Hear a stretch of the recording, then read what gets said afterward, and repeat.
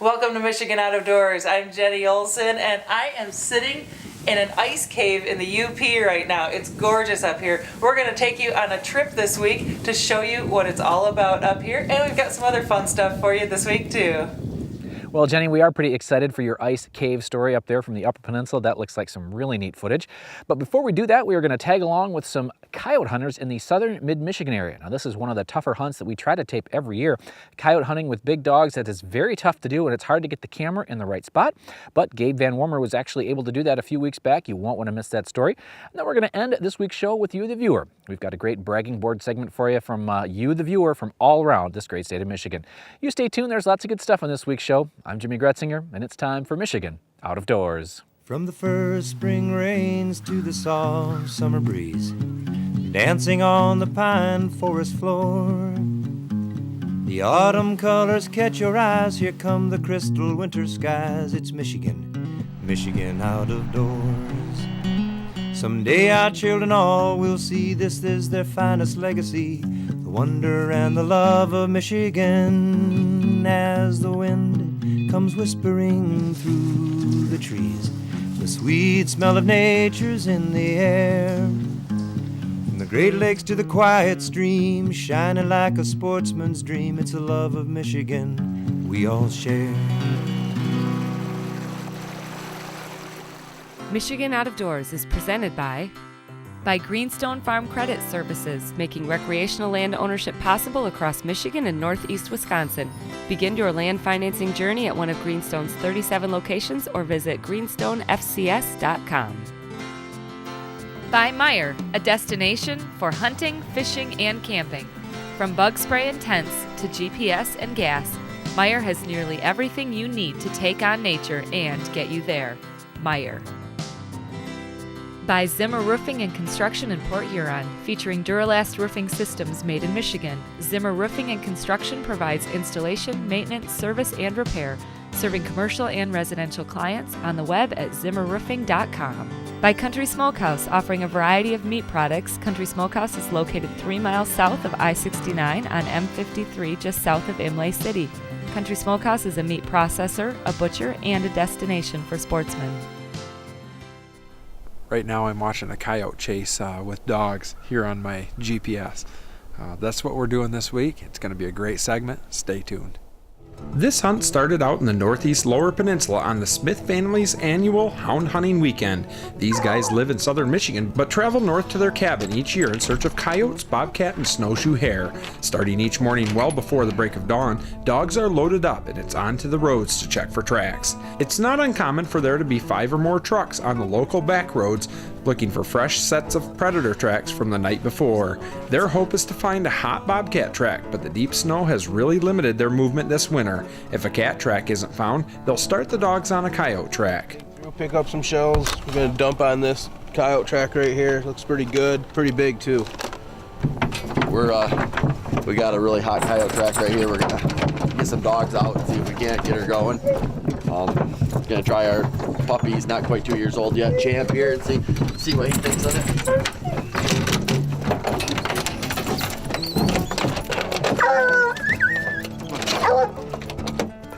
Good boy. Good boy. Good boy, Champ. Good boy. Good boy. Good boy. Good boy. Good boy. Hey, tell him on the radio that Champ will take it. There's a lot of setting here.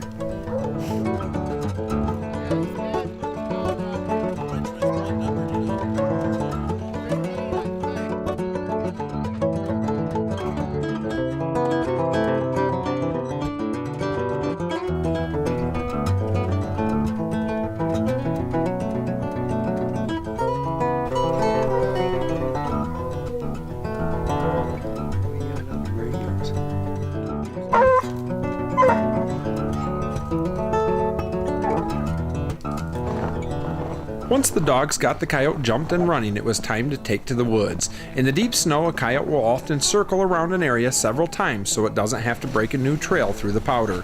This one was circling in a section of state land, so a couple of hunters moved in towards the line it had been circling on to see if they could intercept it. Well, we finally got to one of the tracks that they blew out of here on. We're gonna sit here and wait and see if the coyote will backtrack back on it. That's what he's been doing so far, so we'll wait and see. Come to find out, the coyote had already beaten us to the spot and was headed towards the next section. It was up to the other hunters to head him off now, and sure enough, Dick Smith was able to get into position and get a crack at this mangy coyote. I was down the trail. I saw him coming right down his back line. He's about 60. I saw him probably 100 yards out coming through the woods, so I just waited for him, got my gun up and just waited. He came up right up to here, and a couple times I started to shoot, and then I didn't because I thought, well, I'll just be patient, get a good shot at him.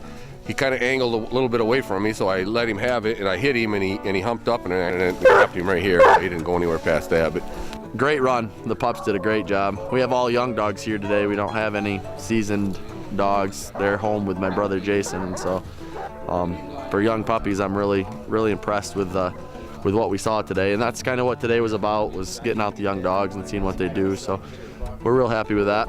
One less predator to kill a fawn or a turkey or a hare or grouse or something else this spring and summer. So after a great day of running with the pups, the rest of the crew arrived late that night, ready for action in the morning. After looking for bobcat tracks with no luck again, the game plan switched to coyotes later in the morning. Soon one was jumped and running. The rest of the crew circled the outside of the block, looking to get a glimpse of it through the thick cover. The dogs lined out towards the trail, and Dan Manuel had his shotgun ready and waiting.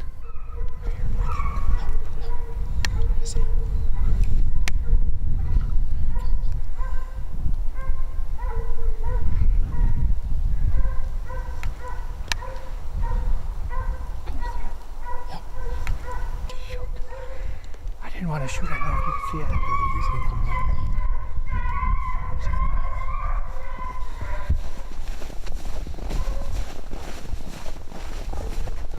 The camera saved the coyote. We were trying to get ourselves squared away as to whether he was in the frame, and he either winded the other hunter up here or he seen us, and what was it, about 40 yards. The dogs are right on him though, so we'll see what happens. It looked like a pretty good sized coyote, didn't it, Gabe? Yes, it did. Well, they don't always run according to the plan.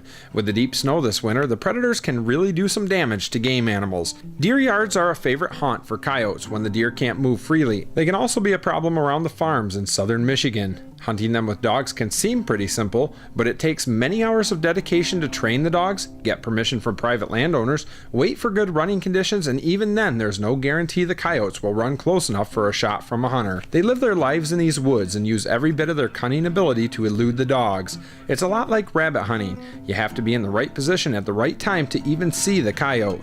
It's a very specialized way of hunting that requires everyone in the party to have certain equipment that keeps both the dogs and the hunters safe. And I wanted to kind of show you the tools of the trade. You need a lot of electronics when you're hunting these coyotes with dogs. I've got a handheld radio, so when we're out of the truck we can hear what's going on to the chase. I've got a Garmin dog tracking unit. This is the Astro 320. This tracks the dogs as they're in the field, so we know where the coyote's going at what time, and we can tell how far they are, and this is to keep the dogs safe. You don't want them going across roads, especially here in southern Michigan. And then down beneath me here, I've got a Cobra CB here, and this is what keeps the dogs safe on the roads. All of us trucks out here on the road make sure, and we always have a CB on, and we're keeping a close monitor on it to keep these dogs safe, because if they're going to go across the road, we want to get out in front of them, stop traffic, or stop the dogs before they get to the road. Either way, we use the CB for that. So you got to have a CB, got to have a small radio, and got to have a Garmin. As dogs with fresh legs were cut into the chase, the coyote, who was a long ways in front of the dogs, squirted out on the other side of the woods. This is typical of a chase where the coyote is several hundred yards in front of the dogs. The hunters have to make an educated guess on where the animal might pop out. Even if they make the right call, they still have to make the shot.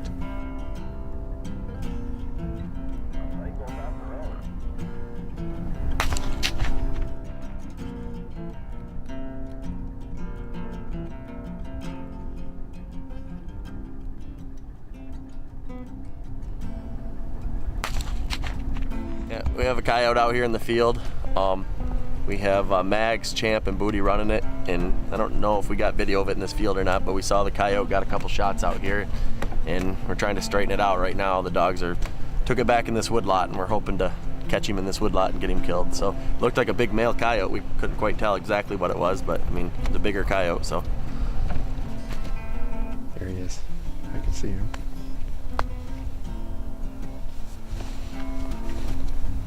Looks like he's gonna go right past one of the other guys up here.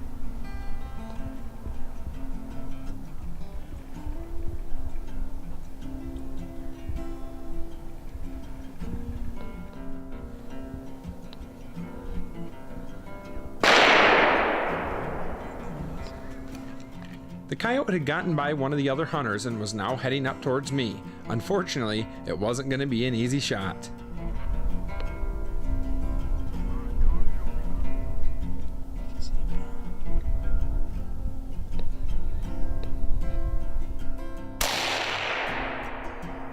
I think I shot him. I think I hit him right in the head, and he looked like he went down up there. If not, I may have got him in the neck, and those dogs will catch up to him. But let's go take a look.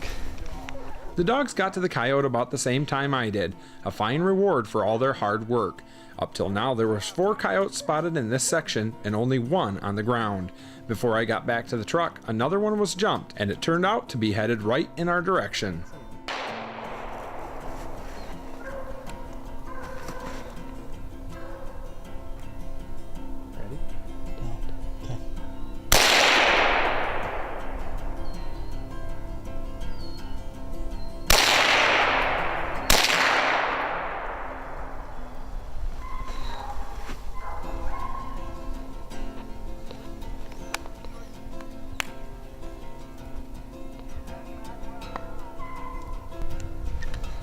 Well, you win some and you lose some.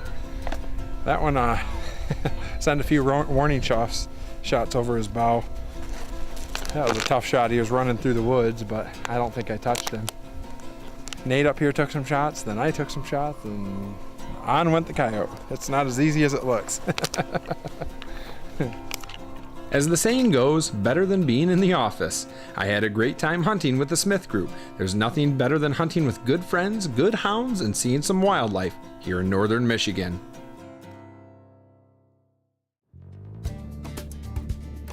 This winter has been one of the coldest on record, and while that might make it a little tough to spend a lot of time in Michigan's great outdoors, the cold has made things a little more interesting in the Upper Peninsula. With more ice than normal, snowmobilers are able to ride from St. Ignace to Mackinac Island on the Ice Bridge Trail, and many of the UP's ice caves are drawing folks from near and far. Jordan and I headed over the bridge to check it out. We're officially here. We're in God's country. Can't wait. We're gonna see some good sights, right, Jordan? We'll see. It's the winter wonderland of the Upper Peninsula. All those go-to attractions that are so beautiful in the summer and fall are transformed into a different kind of beauty here in the winter. With only a short amount of time to spend here, we needed to decide exactly what to see first. We headed straight to Munising and stopped into the Visitor Center for the National Parks and talked with Janelle Crooks, Public Affairs Officer for the Hiawatha National Forest. Well, the ice caves there are several in the area, and they're created when water seeps through the bedrock and runs down the face of cliffs, creating either a curtain or a cave. There are several ice caves in the area. The most visible and most widely known are those on Lake Superior, along the lakeshore and Grand Island National Recreation Area. And there are several inland, including Evan Ice Caves. Pictured Rocks National Lakeshore is a national park unit, and they are adjacent to us. We share a visitor center in Munising, where both agencies provide staffing and information for visitors. All right, well, I am pretty excited. Right now we're in the Pictured Rocks National Lakeshore Park, and behind me is Grand Island, and that's Munising Bay that we're going to walk across a little portion of that to get over there. And there are some ice formations right over there and some ice caves to walk into. So we're going to trek over there and check it out. And it's bitter cold right now, but that's one of the reasons why we can do this. They say they've not had enough safe ice to walk over there in a number of years. So got to put up with the cold to see something cool. So we're going to go check it out.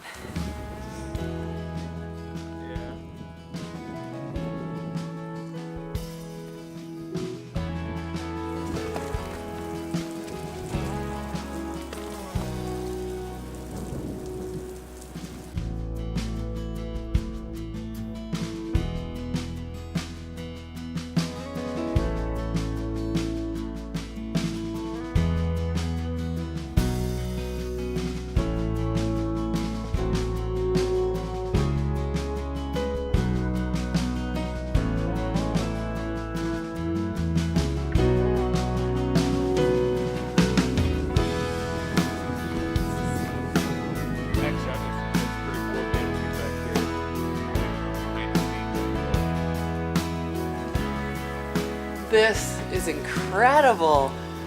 I've never seen anything like this. I mean, I think I've driven my snowmobile over the years past a couple of little frozen waterfalls out in the UP, but nothing like this. We're on Grand Island, just outside of Munising here. We kind of walked across part of Munising Bay to get over here, and these ice caves are just incredible.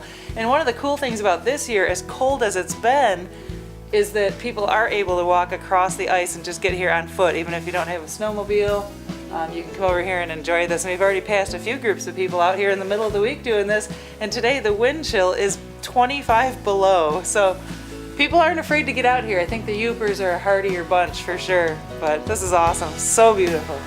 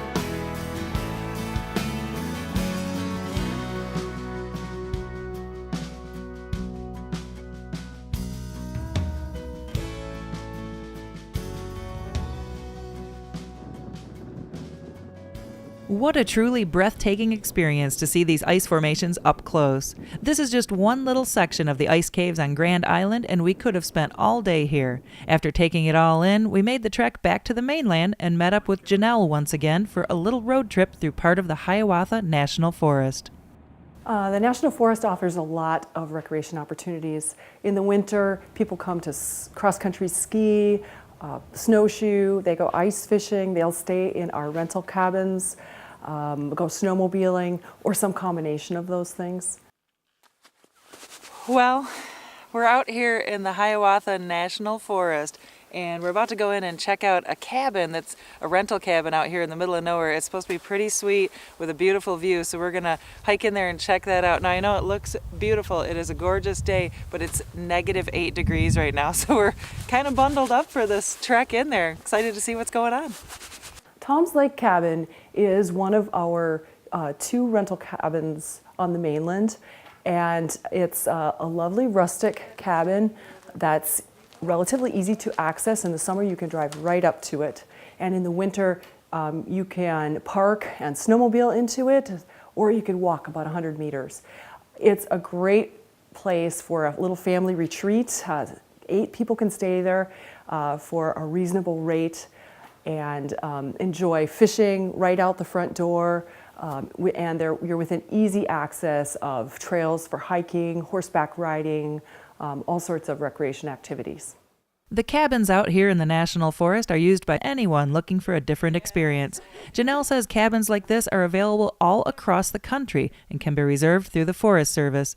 We drove through just one little corner of this expansive forest, which is quite extensive. Hiawatha National Forest is about 1 million acres, and we're in 2 units. One stretches from Lake Michigan and Lake Huron in St. Ignace all the way up to the Sioux, so Lake Superior. And the west unit stretches from Lake Michigan all the way up to Lake Superior. So we're in 2 strips that go between the Great Lakes, hence we're called the Great Lakes National Forest. What an incredible state we live in. Lake Superior's ice caves are receiving national attention this winter, and rightfully so. Many folks travel across the country to see the beauty that exists right here in our great state of Michigan. If you haven't taken a trip across the Upper Peninsula lately, make sure you include it in your future plans. With something different around every corner, you won't be disappointed. We'll show you more of our UP trip on an upcoming episode. Special thanks to Janelle and Brenda from the National Forest and to the folks at Pictured Rocks National Lakeshore for showing us a little slice of heaven here in Michigan's Out of Doors.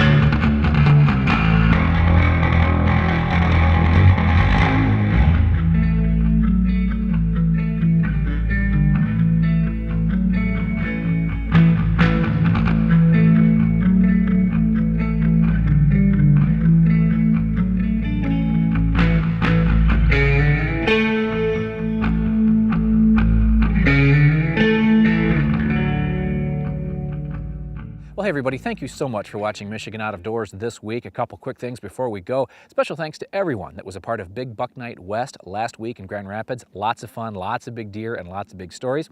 We will be airing Big Buck Night East, our Novi show, on April the 10th, and then on April the 17th, we'll be following that up with our Big Buck Night West from Grand Rapids. So that means next week's show is probably going to be our last wintertime activity story of the year, depending on how all this winter stuff hangs on. We might be doing that into May and June, who knows, but right now, next week should be our wrap-up of our wintertime activity with some Great footage from a deer yard in the Upper Peninsula, also some steelhead action that's going on right now, and our last ice fishing story of the year. So lots of good stuff coming over the next several weeks right here on your PBS station. If we don't see it in the woods or on the water, we'll see you right back here next week on your PBS station.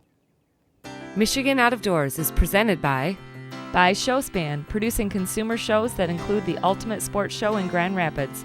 Over 350 exhibitors, outdoor gear, boats, seminars, Lake Ultimate, and Big Buck Night. The ultimate sports show at the DeVos Place in Grand Rapids. By Pictured Rocks Boat Cruises of Munising, exploring Lake Superior's Pictured Rocks National Lakeshore with its sandstone cliffs, caves, waterfalls, and lighthouses. Pictured Rocks Boat Cruises on the web at picturedrocks.com. By Propane, exceptional energy. Propane retailers promote the safe use of Michigan-produced gas energy in homes, farms, and businesses across our great state. Learn more at usemichiganpropane.com. By Meyer, a destination for hunting, fishing, and camping. From bug spray and tents to GPS and gas, Meyer has nearly everything you need to take on nature and get you there. Meyer. Closed captioning is brought to you by Propane, exceptional energy. Propane retailers promote the safe use of Michigan-produced gas to outdoor enthusiasts across our great state. When I wander far away, a dream stays with me night and day. It's the road that leads to my home state. I am a Michigan man.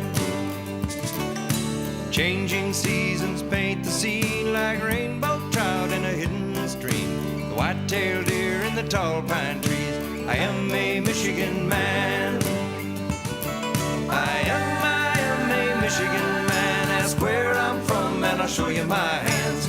Lord above, I love this land. I am a Michigan man. From the Keweenaw down to St. Joe, Kalamazoo, East to Monroe, to St. Marie and back again. I am a Michigan man.